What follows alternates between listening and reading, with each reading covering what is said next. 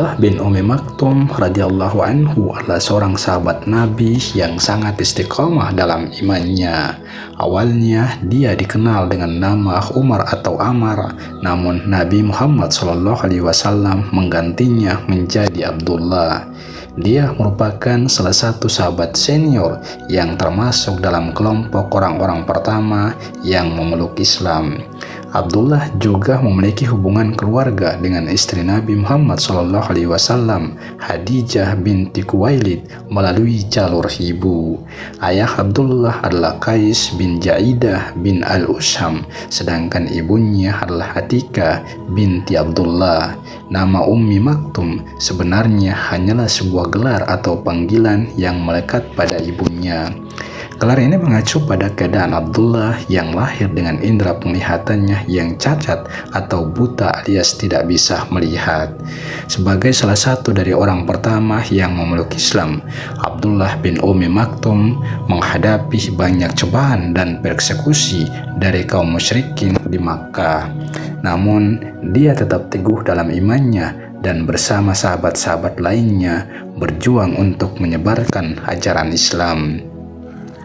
Pada suatu hari, Abdullah bin Umar Mukti Maktum radhiyallahu anhu mengajukan dispensasi untuk tidak melaksanakan sholat berjamaah 5 waktu di masjid, sebagaimana layaknya laki-laki muslim balik lainnya, karena tidak adanya penuntun jalan baginya yang buta dan juga karena kesehatannya yang terus menurun, padahal rumahnya cukup jauh dari masjid.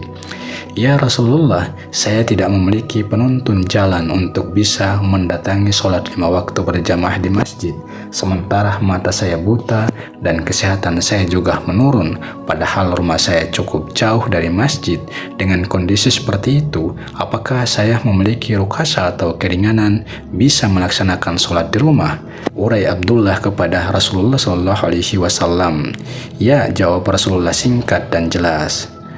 Mendengar jawaban Rasulullah atas pertanyaan tersebut, Abdullah bin Ummi Maktum langsung pamit kepada Rasulullah dan beranjak keluar. Tetapi tiba-tiba Rasulullah memanggilnya kembali. Wahai Abdullah, apakah engkau mendengar seruan untuk sholat 5 waktu? Tanya Rasulullah saat itu. Kumandang azan ya Rasulullah. Abdullah bin Ummi Maktum balik tanya kepada Rasulullah. Ya Abdullah, jawab Rasulullah lagi. Saya mendengarnya ya Rasulullah, jawab Abdullah.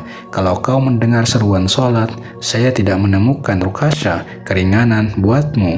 Jadi engkau harus tetap berusaha untuk mendatangi masjid dan sholat berjamaah bersama kita semua, jawab Rasulullah SAW. Mendengar jawaban Rasulullah yang jelas dan lugas, Abdullah bin Ummi Maktum radhiyallahu anhu yang sedari awal sejatinya memang sudah membulatkan tekadnya untuk mengimani Islam secara kafah, semakin bersemangat untuk istiqomah dalam menjalankan perintah Allah Subhanahu wa taala.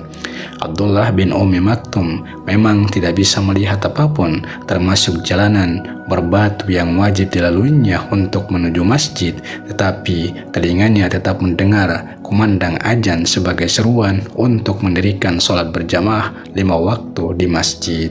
Karenanya, agar tidak terlambat tiba di masjid atas izin dan hikmah Allah Subhanahu wa taala, sebelum azan berkumandang, beliau selalu berusaha berangkat ke masjid meskipun harus dengan meraba-rabakan tangan dan tongkatnya di jalanan yang dilalui demi menyambut panggilannya, tidak terkecuali untuk sholat subuh di pagi buta yang gelap gulita.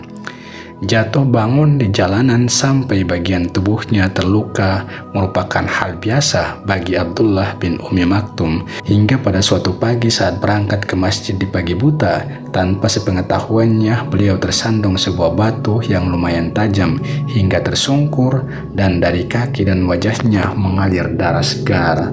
Luar biasanya, tanpa mengadu sama sekali, beliau langsung berdiri dan sama sekali tidak mengendahkan darah yang keluar dari luka-luka di kaki dan wajahnya, kecuali hanya mengusap untuk membersihkannya saja. Selanjutnya, beliau tetap bersemangat melanjutkan perjalanan menuju masjid. Beberapa saat setelah berjalan dengan sedikit tertatih-tatih karena lukanya, tiba-tiba datang seorang laki-laki ramah yang memegang tangannya dan terus menuntun jalan beliau sampai ke masjid. Luar biasanya, lelaki murah hati tersebut ternyata juga berkenan mengantar Abdullah bin Ummi Maktum radhiyallahu anhu pulang ke rumahnya. Ternyata lelaki asing baik hati tersebut tidak hanya datang untuk mengantar Abdullah bin Ummi Maktum pulang pergi ke masjid pada hari kejadian saat beliau terjatuh saja, tetapi saat hari berikutnya, bahkan setiap hari datang seruan salat berkumandang dari masjid hingga membuat penasaran Abdullah bin Ummi Maktum radhiyallahu anhu. "Wahai fulan, bolehkah aku mengetahui nama dan asal-usulmu agar aku bisa mendoakan perbuatan baikmu ke hadirat Allah Subhanahu wa taala?"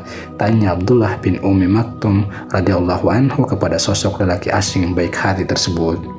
"Kau tidak perlu mengetahui nama dan asal-usulku dari mana, dan jangan juga mendoakanku karena sesungguhnya aku ini iblis," jawab si lelaki asing baik hati tersebut. "Bagaimana mungkin kau selalu mengantarku pulang pergi ke masjid sedangkan pekerjaanmu mengganggu dan menghalangi orang yang beribadah kepada Allah?" jawab Abdullah bin Ummi yang saat itu benar-benar terkejut demi mendengar jawaban si lelaki baik hati yang ternyata mengaku sebagai iblis laknatullah. "Ingatkah saat kau tersandung batu tajam dan akhirnya terjatuh sehingga kaki dan wajahmu terluka parah mengeluarkan darah segar? Saat itu teman-temanku mencuri dengan berita di langit ketika para malaikat saling berbagi kabar dan berkata bahwa Allah Subhanahu wa taala telah mengampuni setengah dosamu karena jatuh dan lukamu saat itu. Karenanya aku khawatir jika engkau tersandung dan terjatuh lagi saat berjalan tertatih menuju masjid, apalagi sampai terluka parah lagi, maka setengah dosamu lagi akan mendapat ampunan dari Allah Subhanahu wa taala juga. Itu yang tidak aku inginkan. Maka sejak itu aku terpaksa mengantarmu, menuntunmu pulang pergi ke masjid," jawab si lelaki yang baik hati yang ternyata seorang iblis itu. Abdullah terkejut. Ternyata lelaki yang menolongnya selama ini adalah iblis yang tidak ingin dosa-dosanya dihapus semuanya. Dari kisah di atas dapat diambil sebuah pelajaran bahwa sebaik-baiknya perilaku iblis atau setan kepada hamba Allah pasti ada niat jahat yang terselubung untuk menjerumuskannya. Demikian, semoga bermanfaat. Amin ya rabbal alamin. Wallahu alam. Assalamualaikum warahmatullahi wabarakatuh.